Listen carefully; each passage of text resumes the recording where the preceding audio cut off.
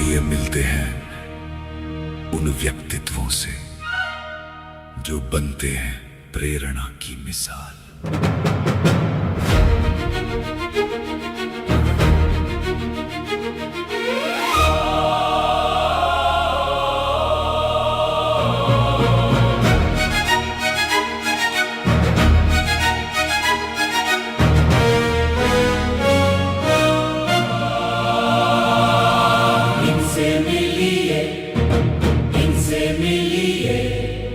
जीवन की पहचान से मिलिए, ज्ञान प्रेरणा सेवा की राह ऐसे महान इंसान से मिलिए, इनसे मिलिए, इनसे मिलिए।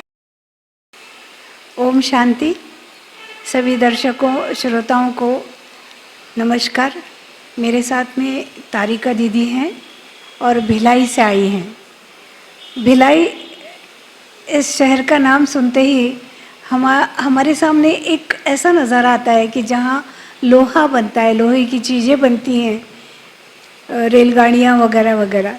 तो लोहा अपने आप में इतना सशक्त और एक ऐसा साधन है कि जिसे तोड़ने के लिए हमें अग्नि की ज़रूरत पड़ती है।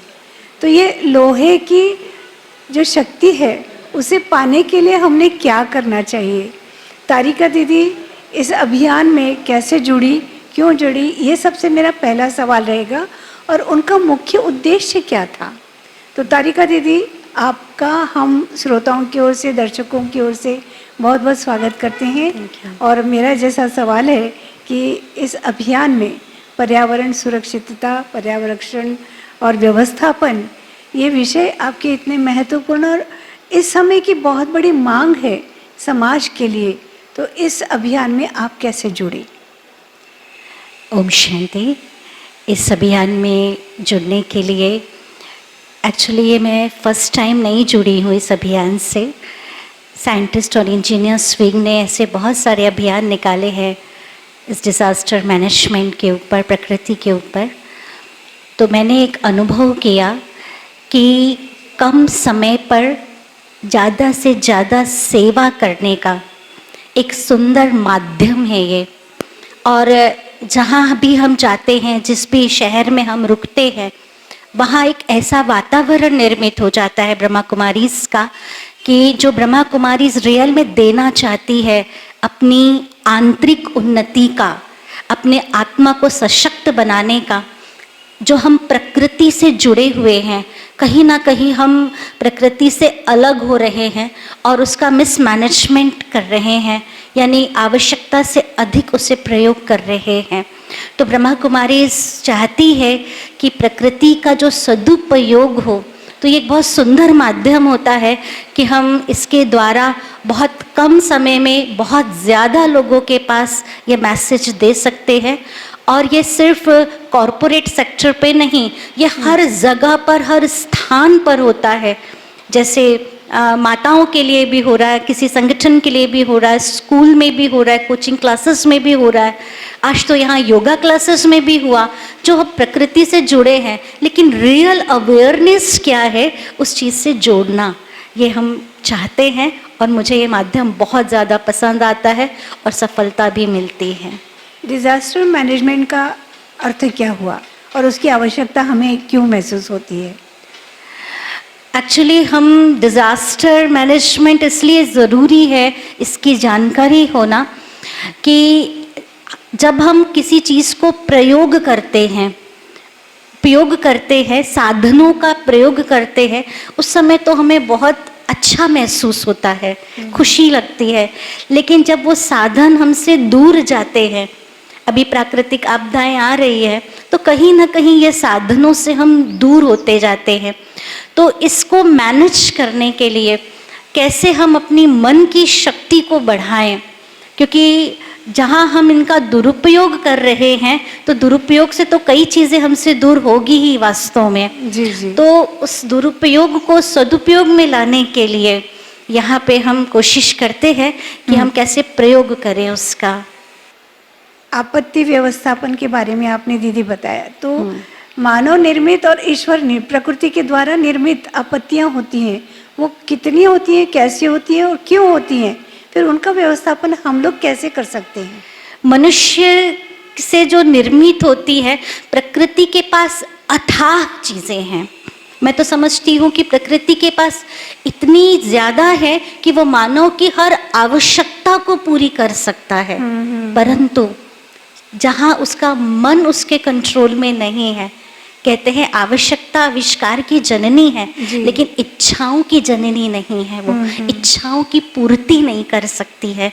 इसीलिए आज जितनी भी आप देख रहे हैं जो क्राइसिस हो रहे हैं, चाहे किसी भी प्रकार का, चाहे आप वायु प्रदूषण को देख लीजिए, चाहे आप जल की आपदाएं देख लीजिए, चाहे आप किसी भी प्रकार से आप देख लो, कहीं ना कहीं यहाँ मानव मन में उत्पन्न बहुत सारी इच्छाएं हैं जिनको प्रयोग करने से साधन कम हो रहे हैं। तो इसलिए हमको ये मैनेजमेंट की आवश्यकता पड़ती है कि हम कैसे हम इसको सदुपयोग करके जो है उसी में हम चल सकें। दीदी, मुझे इस समय एक बहुत बड़ी व्यक्ति याद आ रही है, सुंदरलाल बहुगुणा, जिन्होंने हिमाचल के बहुत बड़े वातावरण में महिलाओं को, युवाओं को एकत्रित किया था और पर्यावरण बचाने के लिए, पेड़ों को बचाने के लिए उन्होंने पेड़ों को गले लगाया। और अगर आप पेड़ तोड़ रहे हैं तो सबसे पहले हमें तोड़िए, हमें मारिए। इस प्रकार से उस समय के शासन को उन्होंने विनती की और वे सफल रहे। मैंने उनका एक इंटरव्यू लिया था तो उन्होंने कहा था कि मनुष्य आज इतना खुदगर्ज हो गया है कि जैसे बच्चा है माँ का दूध पीता है, वहाँ तक ठीक है, लेकिन जब वो ही बच्चा माँ का खून पीने लगे, अर्थात धरती को आप इतना कुरेद रहे हैं। ये प्लम्बिंग हो रहा है और हम पानी निकालते हैं धरती से 5 फुट 16 फुट, आजकल 250 फुट तक पानी नहीं मिलता। तो ये धरती का खून चूसने वाली बात होती है। तो आप इस अभियान के माध्यम से लोगों को कैसे समझाएंगे कि आप धरती की सुरक्षा का अपने ऊपर जिम्मेदारी लें, उसके लिए आप क्या कर सकते हैं? आप इस अभियान के द्वारा स्कूलों में, कॉलेजेस में, महिलाओं में, यहाँ तक कि आदिवासी पाड़ा जिसको बोलते हैं, वहाँ जा कर के आप समझा सकते हैं। आपका क्या? हम तो सबसे बड़ी कोशिश यही करते हैं कि जब तक किसी को ये चीज़ एक्सेप्ट नहीं हो रही है, कहते हैं आप किसी को परिवर्तन तब तक नहीं कर सकते हैं जब तक उसे कोई चीज़ एक्सेप्ट नहीं हो रही है। तो हम उन्हें उनके मन को परिवर्तन करने की शक्ति दे रहे हैं जी। मेन उद्देश्य हमारा यही है। परिवर्तन चाहता सभी है। अभी आप देखेंगे कि अभी हर जगह पेड़ लगाओ, ये करो, मेहनत सब बहुत कर रहे हैं, लेकिन असली में सफलता क्यों नहीं मिल रही है? क्योंकि जो मनुष्य अपने मन का गुलाम हो चुका है जी, जो मन उसको सदुपयोग करना चाहिए, जिस तरीके से मन को एक्टिव रखना चाहिए, वो नहीं कर पा रहा है। तो हम उनके मन को शक्तिशाली बनाने का काम करते हैं ताकि वो जो भी कार्य कर रहे हैं वो कर सकें। जी। इसके साथ में एक और सवाल जुड़ता है।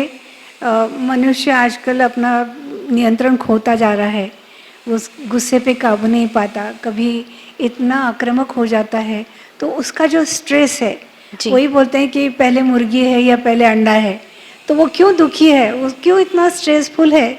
तो उसके स्ट्रेस मैनेजमेंट को आप कैसे देखेंगी और कैसे मार्गदर्शन करेंगी?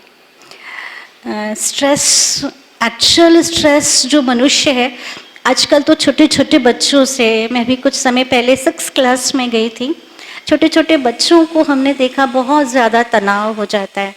किस चीज़ का स्ट्रेस क्या है, एक्चुअली उनको ये भी समझ में नहीं आ रहा है कि स्ट्रेस क्या है। तो वो जो कंट्रोल नहीं कर पा रहा है, आउटर प्रेशर थोड़ा भी, उसके अंदर की जो हम कहते हैं कि जो स्ट्रेस है, एक फॉर्मूले के रूप में हम उनको देते हैं, stress is equal to outer pressure by inner coping ability. Okay. तो आउटर प्रेशर मेरे कंट्रोल में नहीं है और मनुष्य क्या कर रहा है, उस आउटर प्रेशर को कंट्रोल करने की कोशिश कर रहा है। या उसको ट्रांसफर करने की कोशिश कर रहा है, और उसके जो हाथ में है अपनी इनर स्ट्रेंथ को वो बढ़ाने की कोशिश नहीं कर रहा है, जिसके कारण उसके अंदर में धैर्यता नहीं रह रही है, जिसके कारण उसका मनोबल नहीं बढ़ पाता है। तो आउटर प्रेशर जो जिसका अस्तित्व ही नहीं है, हम कहते हैं ना प्रेशर है, वो आएगा ही, एग्जाम आएगा। अभी अब बच्चों को परीक्षा नहीं दोगे तो कैसे चलेगा, वो आगे कैसे बढ़ेंगे। तो प्रेशर है मुझे आगे बढ़ाने के लिए, लेकिन मनुष्य उसे लेता है नेगेटिव तरीके से, कि ये प्रेशर भी मेरे कंट्रोल में हो जाए। इवन स्टूडेंट्स ये चाहते कि मैं जो पढ़ूं वही आए,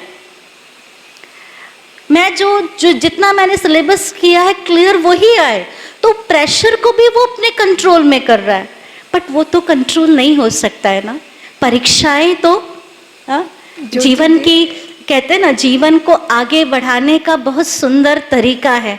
स्पीड ब्रेकर्स जब तक नहीं आएंगे तब तक आप अपने गंतव्य मार्ग तक नहीं पहुंच सकते। तो हम यही कोशिश करते हैं, हम उन्हें प्रेशर को कंट्रोल नहीं कर सकते बट अपनी इनर स्ट्रेंथ को बढ़ा सकते हैं। तो हम यही कोशिश करते हैं कि आप उनकी इनर स्ट्रेंथ को बढ़ाएं। उसके लिए हम विधियां देते हैं, उनके मनोबल को बढ़ाने के लिए। आंतरिक और बाहर की जो स्ट्रेस के बारे में आपने बात की जी, तो दीदी ये परीक्षाएं या फिर आप ऐसे कह सकते हैं कि आजकल की शिक्षा पद्धति जो है जी, उसे आप दोष देंगे, क्योंकि यहाँ पे स्पर्धा बहुत बढ़ती जा रही है जी, उस स्पर्धा के कारण बच्चे आक्रामक होते हैं जी, कि मैं उससे आगे क्यों नहीं, मैं उससे पीछे क्यों है उसे। और आजकल तो ये फैशन है कि 99% मार्क्स, एक ज़माना था 60% मार्क्स मिलने पे बच्चे और माता पिता खुश होते थे जी। आज 90 से ऊपर 99% मार्क्स की अपेक्षा रखना कितना सही है दीदी, बताइए। एक्चुअली देखिए, पहले के ज़माने में जब हम 60% 70% की बातें करते तो बच्चा सिर्फ एक स्कूल में जाता था और वो स्कूल की पढ़ाई पढ़ता था। आजकल उसके पास साइंस से लेकर मोबाइल से लेकर उसके पास इतने साधन हैं अपनी इंटेलिजेंसी को बढ़ाने के लिए, इतनी सुविधाएं हैं, तो उसके अनुसार उसका ब्रेन भी डेवलप हुआ है बहुत ज़्यादा।